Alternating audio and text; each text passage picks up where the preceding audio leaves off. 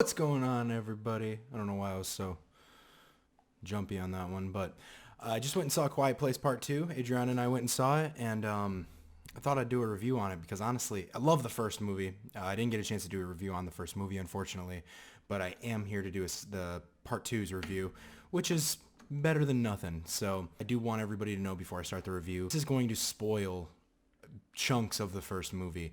Um, I'm gonna try my best not to spoil the second one at all. I'm definitely not gonna keep any key points into the movie or of the movie in this review whatsoever. Um, I am gonna give you a little rundown on what I really liked about this movie, and honestly, this might be super short because there's nothing I didn't like about this movie. Like almost, there's really nothing. Um, So with all that being said, just remember spoiler warning for the first movie if you haven't seen it. You shouldn't be seeing the second movie if you haven't seen the first one. This movie would not be good without the first one whatsoever. You wouldn't understand it at least. So with all that being said, I'm going to start it up now. So this movie takes place literally a day after the first movie finishes. Bit of a flashback sequence right when the movie starts. That's going to be where all your screen time for John Krasinski is. I know a lot of people were hoping that he would have a really big role. Doesn't make sense though how he would have a big role because of reasons from the first movie. So it starts off right where the first one left off. So the farm is still burning. Everything is still kind of just ending in climax from the first movie. Just when John Krasinski passes away, he's dead. So it's really just down to Emily Blunt, the two kids, and the baby at this point in time. They decide that they're going to move on and try to find more people because they're running out of resources on that farm, trying to move on, maybe go south or north or wherever the fuck they're going to go beyond where they've been already.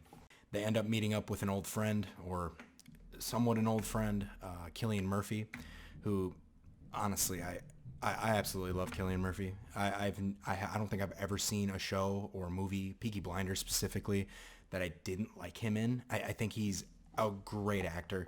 I think Emily Blunt's a great actor. I think John Krasinski's a great actor. And even I thought John Krasinski was already a good actor, but I think he is one of the top-notch writers and directors just because of these two movies. He's really proving that he can do more than just be a pretty Boston actor. So, with that being said, though, they meet up with an old friend. He's got his own past. He's got his own history. There's a lot of stuff that happened since day one leading into day 440 or wherever they are at the moment on the time frame of the infection or the monster invasion of some sort. That's pretty much your premise around the movie is, the family meets up with another person and it kind of just expands the world a little bit more. I don't want to spoil too much of the story because it is a fantastic ride. It is so much going on. It's so much suspense, it's just a thrill ride and it's fantastic. So I will say, I didn't have any problems with this movie. I was sitting in the car while I was on the way back and I was thinking to myself when I do this review, like I gotta have some type of negative for this movie. There's no perfect movie.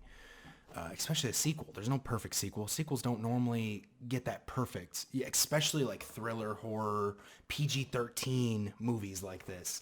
They don't normally get a sequel that's good enough. And this might be that movie. Honestly, this might be the best thriller sequel type movie that I can think of right now. Like it's absolutely fantastic. Um, and I think it starts with the writing. It absolutely starts with the writing, and that's why I can't give enough credit to John Krasinski for this. He wrote this the whole script for this movie. It is fantastic, man. Like there's the dialogue between the characters is genuine. The actors they picked are fantastic. Like I said, Cillian Murphy. Even the kids in this movie are just such good actors. I don't want to see them get hurt. I don't want to see anything bad happen to these characters. And it's fantastic the way it built that from the first movie. That's why you have to see that first movie before you catch this movie, because you got to feel those emotions from those characters. And it just perfectly, it's almost like it just immediately was filmed right after that first one. And it just feels so genuine and so well paced when it comes down to it. This second movie though, man, it really pushes that barrier for how good a sequel can be, and the writing was so well, just it just came right off the tongue. It seems so good. The action in this movie, like when you do see the monsters, you see them so much more in depth in this one than you did the first one. It's just awesome the way it's put together all in all. They did just a great job. From the first half of the movie, you're kind of just like, okay, where could they go with this? Like, where are they going? What's next? You know, what's going to happen? And then something happens midway through the movie, and then a completely different conflict starts up, and you're so invested into that conflict that you want to see it happen. And it gets to a point where the movie splits off between multiple paths. So, like, there's, like, Emily Blunt's character doing this, and then Cillian Murphy's character doing this. And it's so well choreographed to where, like, they filmed, you know, they cut both the parts in together, and they look so good, like, back to back. So, like, when something suspenseful is about to happen for this character, it flips over to this character really quick and takes that suspense and pulls it up even more. And then it goes back to that suspense, and then it's like, oh my god, climax in that spot. And then it comes to this spot, and it's climax in this spot, and it's just like, it's just so well put together. And it's really rare for me to find a movie like this that is just this well acted, written, directed, you know, everything about it I loved. I loved it. I loved it. And what's crazy about this movie, and like I said, I'm not trying to spoil anything. There's nothing, I don't want to spoil anything, but if you are scared of spoilers, I have a big mouth, so this might be the time to maybe back off the video a little bit. This movie does end abruptly. It ends a little abruptly, but it doesn't end in a bad abruptly. You know, it's not like, oh, I wish, god damn it. You know what I mean? It ends so casually and so, like, you know, like, open. For one of the first times ever, I feel like I don't need a third movie. I don't need a third movie, but at the same time, I want a third movie. I really want a third movie. And a part of me says, no, man, no, sequels don't work. Don't ruin this anymore. If they do a third movie and John Krasinski's behind it still, which I'm sure he will be, this is his baby, I don't think it'll be bad at all. I think it might be just as good. You know what I mean? And what was crazy about me going into this movie is I had that idea of sequels suck. Normally sequels suck. You know, unless you're The Dark Knight, you suck. You know what I mean? Like, sequels don't work.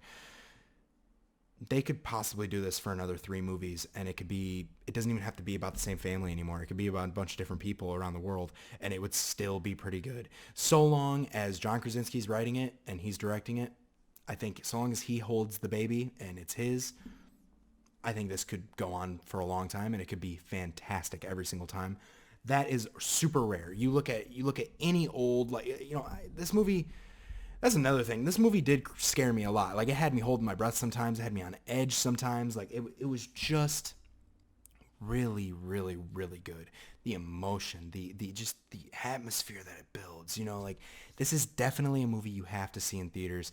I don't think, like, if you're unable to see it in theaters and you can see it on, like, a big screen at home, do it. But you need some surround sound, and you need to have a quiet room, a quiet place, if you will. And you'll love this movie. Like, if you like the first one, you'll love the second one. Like, I honestly, I'm a pretty anal guy about always like the first one more than the second one. You know what I mean? I've always been that kind of guy. But this is the Dark Knight effect, man. This is just as good, if not better, honestly. And that's crazy to say for a thriller sequel. Like, it's just crazy. I can't say enough great things about what they did with this movie. I can't say enough great things about what they did with the first movie. You could literally watch both these movies simultaneously, like back to back, and you will just be in love. And it's only like a 3-hour experience, and it's awesome. So I definitely recommend this movie. I know I got off a little bit, like, topic wise, I got off a little bit, but I liked everything about this movie. There wasn't much about this movie that I had a problem with. You know, even when I come up with little things where I'm like, why didn't they do this instead? There's always a solution for it. And the way it's built up from the second the movie starts, it's perfect. It's absolutely perfect. There are a couple things I wish I got a little bit more information on, and you'll see when you watch it, but that's fine, because if there's a third movie, fuck it, you can explain it there. And if there's not, the ending is so open and so well, like, formulated that if they don't make a third one, then that's fine too. I can just watch the first and second one again and again and still get the gist of what's going on. Like I said, there's a couple things I like the story. I wish there was more of it. I wish I got even longer of a story on this one. But it looks like hopefully if there's no more COVID, they're the third one, if there is a third one coming, which I think they'd be stupid not to do a third one, mainly because money. If there is a third one coming, it's probably going to get filmed exactly how this one was, just right after the first one was filmed. Yeah, I mean, I'll say it for like the 20th time. Like, there's not much about this movie that's bad. I recommend seeing this movie 100%. I don't like giving perfect scores because that means it's a perfect movie. But I will say, in this case, for being the kind of movie that it is, a thriller, PG-13, nail-biter type of movie, this is a solid 9.5 out of 10. And that's crazy saying that, but this is a solid 9.5. You could say 9 if you want to. But my only problem was that I didn't get more. And I just want more. Other than that, they did a fantastic job with this. John Krasinski deserves some type of nomination for this of some sort. Like, this is fantastic. I hope you guys enjoyed this video. I hope you guys enjoy the movie. I hope you guys enjoy your Memorial Day weekend, most of all. Try to see this movie in theaters if you can. If you can't, no big deal, but you should definitely try to watch this. One thing I didn't do that I wish I did, I wish I watched the first movie like the night before or like right before I went and saw this movie, just to get that little that satisfaction of it. It's almost like going to see a new Lord of the Rings and not watching all the Lord of the Rings movies before it.